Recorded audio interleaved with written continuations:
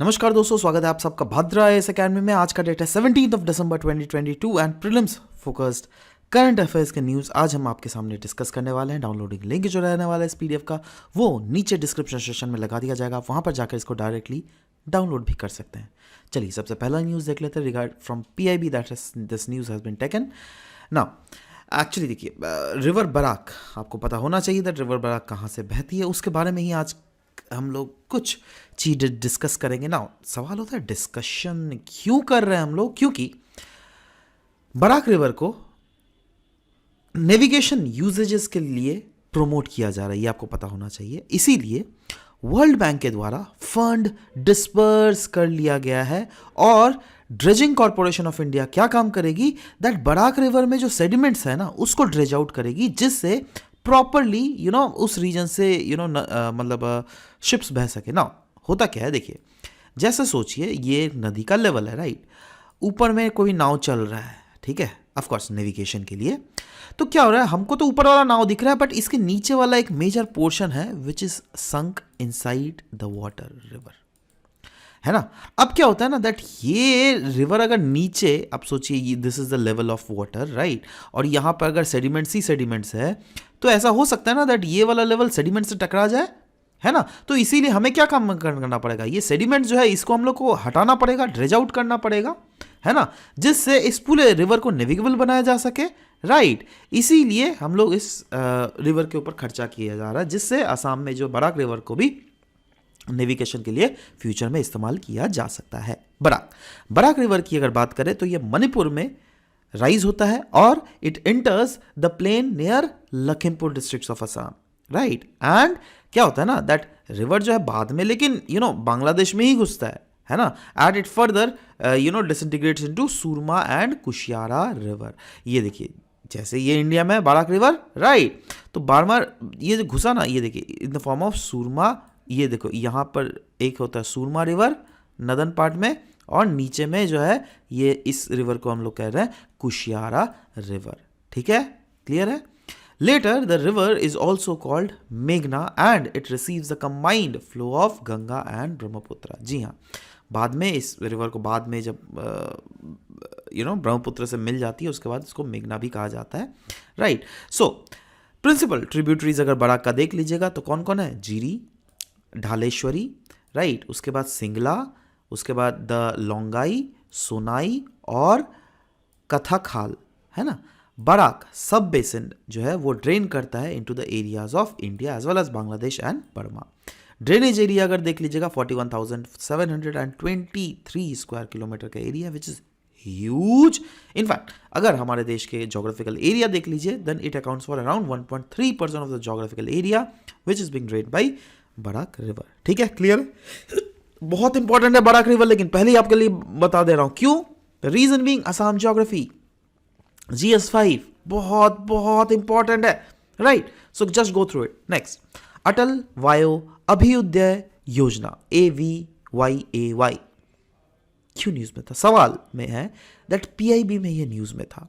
और इसका इस पूरे योजना का जो ऑब्जेक्टिव क्या है भाई, ऑब्जेक्टिव है जो सीनियर सिटीजन हमारे देश में है ना उनके क्वालिटी ऑफ लाइफ को एक्सटेंड करना है, राइट, बढ़ाना है, राइट। और इसके लिए जो जो बेसिक एमिनिटीज होती है उनको सीनियर सिटीजन्स के लिए क्या चाहिए भाई, एक रहने का जगह, फूड, प्रॉपर मेडिकल केयर और एक एंटरटेनमेंट अपॉर्चुनिटी, है ना। सो इस योजना के तहत फ्री ऑफ कॉस्ट ये सारे फैसिलिटीज प्रोवाइड करवाए जाते हैं टू सीनियर सिटीजन्स, जिससे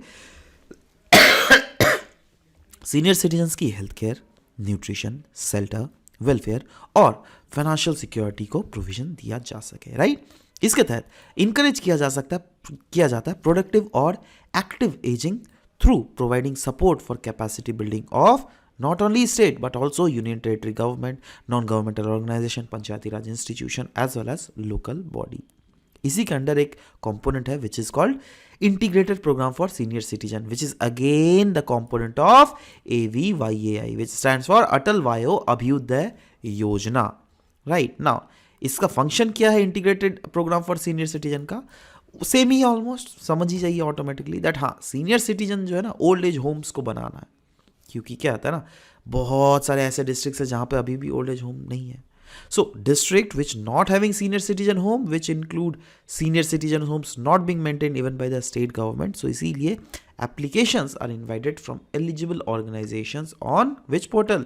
E-Anudan portal, right? Or organizations are then selected on the basis of the document provided by them and also the recommendations of the respective state government या फिर union territory government, right? उसके बाद ये old age homes basically वहाँ पर construct की जाती है. नेक्स्ट, राष्ट्रीय ग्राम स्वराज अभियान. राष्ट्रीय ग्राम स्वराज अभियान स्कीम के अंडर कुछ फंड रिलीज किए गए हैं to state and union territories, right, last 3 साल में. तो सवाल होता है ये राष्ट्रीय ग्राम स्वराज योजना है क्या या फिर अभियान है क्या? देखो, ये इंक्लूड करता है पंचायत भवन का कंस्ट्रक्शन, साथ ही साथ पंचायत में जो कंप्यूटर्स का भी बहुत ज़्यादा इंपॉर्टेंस होता है, क्योंकि इवेंचुअली देखो धीरे धीरे सब चीज़ को तो हमें डिजिटाइज करना है ना जी. तो इसीलिए 2018 में राष्ट्रीय ग्राम स्वराज अभियान लाया गया, जिसके तहत पंचायती भवन का कंस्ट्रक्शन, वहाँ पे कंप्यूटर्स, अगर कुछ दूसरे फैसिलिटीज़ चाहिए उनको सेटअप करना एम था. Also, it is known as Transformation of Aspirational District Program, जिसका एम है to transform selective districts quickly as well as effectively. Districts को select कौन कौन पैरामीटर्स के थ्रू किया जाता है? Poverty, public health, nutrition, education, gender, sanitation, drinking water, livelihood generations. मतलब ऐसे सारे कंपोनेंट्स जो क्या सस्टेनेबल डेवलपमेंट गोल के साथ सिंक्रोनाइज्ड है, उसको इंप्लीमेंट किया जाता है. और ये इंप्लीमेंट किया जाता है as a core centrally sponsored scheme, जिसमें सेंटर भी कुछ कुछ पैसे देगी एंड स्टेट भी कुछ पैसे देगी, है ना. सो यही है राष्ट्रीय ग्राम स्वराज अभियान. राष्ट्रीय ग्राम स्वराज अभियान जो है मिनिस्ट्री ऑफ पंचायती राज के अंडर है and this has been supplementing the efforts of various state governments and panchayats, right. So ministry of पंचायती राज जो है ये कम करती क्या है? ये बेसिकली स्टेट गवर्नमेंट्स को फाइनेंशियल सपोर्ट प्रोवाइड करवाने का काम करती है कुछ कुछ पर्टिकुलर इंफ्रास्ट्रक्चर एक्टिविटीज़ के लिए, जैसे ग्राम पंचायत भवन का निर्माण करना, वहाँ पे कंप्यूटर्स प्रोवाइड करना and different other facilities. Ministry of Panchayati Raj implement करती है e panchayat mission mode project, जिसके थ्रू प्रोवाइड किया जाए digital solutions to e Gram Swaraj applications, जो क्या फर्दर एड्रेस करती है planning, budgeting, accounting, monitoring, payments, ये सारे facilities. Next, central consumer protection authority CCPA. क्यों न्यूज़ में था? क्योंकि they have sought explanation from e commerce player जो क्या है फ्लिपकार्ट, क्योंकि रिसेंटली फ्लिपकार्ट में देखा गया था दैट ऑनलाइन प्लेटफॉर्म में एसिड बेचा जा रहा है, राइट. तो इसीलिए सेंट्रल कंज्यूमर प्रोटेक्शन अथॉरिटी ने बोला अरे भाई ये क्या कर रहे हो, आपके वेबसाइट से कैसे आपने अलाउ किया एसिड को बेचने के लिए. सो सेंट्रल कंज्यूमर प्रोटेक्शन अथॉरिटी ये एक रेगुलेटरी बॉडी है जिसको इस्टेब्लिश किया गया था 2020 में and it is based on the provision of consumer protection act of 2019. सो ये सेंट्रल कंज्यूमर प्रोटेक्शन अथॉरिटी जो है ये वर्क करती है under the administrative control of ministry of consumer affairs. और ये काम क्या करती है? इनका काम है दैट अगर कहीं पर भी कोई भी कंज्यूमर राइट वायलेट हो रहा है through anything, whether it be unfair trade practices या फिर कंज्यूमर ने कंप्लेन किया है, तो उस सारे चीज़ों को इंक्वायरी और इन्वेस्टिगेट करना इनका काम है. और रिकॉल करना अगर कोई भी गुड्स और या फिर ऐसा सर्विस जो क्या डेंजरस, हैजार्डस, अनसेफ है, जैसे अभी हम लोगों ने देखा ना that acid that is hazardous for life, right. So उस टाइप के गुड्स को बिल्कुल बैन करवा देना, राइट, मतलब उस प्लेटफॉर्म से, है ना. And pass an order for refund of the prices of the goods या फिर सर्विसेज, जिसके थ्रू अनफेयर प्रैक्टिसेस की गई है, वैसी अनफेयर प्रैक्टिसेस जिसके कारण कंज्यूमर का इंटरेस्ट अगर हर्ट हुआ है तो उस टाइप के एक्शंस लेना. Next, registered geographical indication rises to 432. देखो अगेन अभी जितने भी सारे रजिस्टर्ड ज्योग्राफिकल इंडिकेशंस है ना बढ़ गए हैं. क्यों? क्योंकि रिसेंटली आपको पता है दैट बहुत सारे स्टेट से नए नए आइटम्स को ऐड किया गया. हम लोगों ने डिस्कस भी किया था आसाम गामूसा को ऐड किया गया था, right. So yes, top 5 state जो क्या होल्ड कर रही है मैक्सिमम नंबर ऑफ GIs, ये कौन है? ये कर्नाटक है, तमिलनाडु है, उत्तर प्रदेश है ना, केरल.